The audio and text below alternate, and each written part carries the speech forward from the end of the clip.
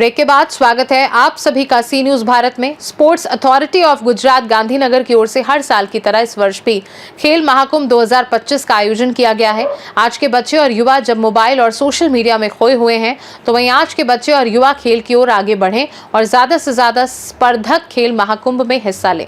इस उद्देश्य के साथ ग्राम, तहसील और जिला कक्षा पर और राज्य कक्षा पर विविध खेलों में अलग अलग वय जूथ की स्पर्धा का आयोजन किया जा रहा है। वहीं नर्मदा जिले के भी तमाम स्कूलों में खेल महाकुंभ 2025 का आयोजन किया जा रहा है। वहीं नर्मदा जिले के तिलकवाड़ा नगर में स्थित रेवा ग्लोबल स्कूल में भी हर्षोल्लास के साथ खेल महाकुंभ 2025 का शुभारंभ किया गया है। खेल महाकुंभ उत्सव में पहले दिन कबड्डी स्पर्धा आयोजित हुई। इसके अलावा चेस और योगासन की स्पर्धा आयोजित हुई। वहीं आगामी दिनों में खो खो, एथलेटिक्स, वॉलीबॉल, रस्सी खींच जैसी विविध स्पर्धा आयोजित होगी। तिलकवाड़ा रेवा ग्लोबल स्कूल में आयोजित ये खेल महाकुंभ 2025 में पहले दिन से ही बड़ी संख्या में स्पर्धक हिस्सा ले रहे हैं और हर्षोल्लास के साथ खेल महाकुंभ 2025 का उत्सव मनाया जा रहा है।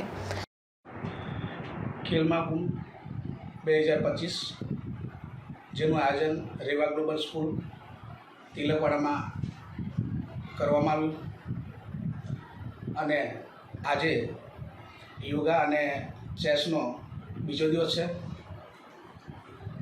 અને આજુબાજુ શાળાઓમાંથી ઘણા બધા વિદ્યાર્થીઓએ ખૂબ જ ઉત્સાહપૂર્વક ભાગ લીધો છે અને અનેરો ખુશીનો માહોલ સર્જાયો છે અને જે અમારી સ્કૂલમાં આયોજન થઈ રહ્યું છે તે બદલ અમે પણ ખૂબ જ લાગણી અને હર્ષોલ્લાસ અનુભવી રહ્યા છે અને બધા જ બાળકો ખેલદિલીપૂર્વક સરસ રીતે ખેલદિલી અપનાવીને ખેલ રમી રહ્યા છે તે બદલ અને બાળકોને તેમજ તમામ આવેલા કોચ, મેનેજર શ્રી તમામને અભિનંદન પાઠવીએ છીએ। Thank you. નમસ્કાર।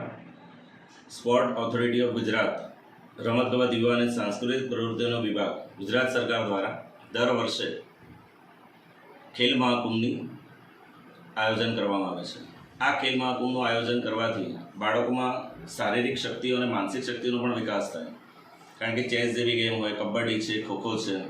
આ 5 દિવસનો કાર્યક્રમ 10 તારીખથી શરૂ થયો છે અને તિલકવાડા રેવા ગ્લોબલ સ્કૂલમાં આ વખતે નર્મદા જિલ્લાથી અમને કેન્દ્ર આપવામાં આવ્યું છે। તો આજુબાજુ તિલકવાડાના તમામ સ્કૂલોના વિદ્યાર્થીઓ જેમણે ભાગ લીધો છે અને એમની સાથે સ્પોર્ટ ટીચર જે પણ એમના છે એ પણ આવેલા છે। 10 તારીખથી શરૂઆત થઈ છે। 10 તારીખે કબડ્ડીની મેચ હતી અને આજે એટલે કે તારીખ 11 યોગાસન અને ચેસનું આયોજન કરેલ છે। બાળકો ઉત્સાહપૂર્વક ભાગ લીધેલો છે અને એમની સાથે એમના કોચ પણ આવેલા છે। રેવા ગ્લોબલ સ્કૂલ તિલકવાડા જે પ્રથમ વર્ષે પણ કેન્દ્ર લીધું છે અથવા કેન્દ્ર અમને મળ્યું છે એ બદલ સ્પોર્ટ ઓથોરિટી અધિકારીઓનો હું આભાર વ્યક્ત કરું છું અને જે આવેલા વિદ્યાર્થીઓ છે એ પણ અવિનવી મેચ જીતે, આગળ જાય અને એમનું ઉજ્જવળ ભવિષ્ય કરે એવી શુભેચ્છાઓ પાઠવું છું। नर्मदा से सी न्यूज संवाददाता वसीम मेमन की रिपोर्ट। खास रिपोर्ट में फिलहाल के लिए इतना ही। बने रहिए सी न्यूज भारत के साथ। हर खबर आपके साथ, आपके हाथ।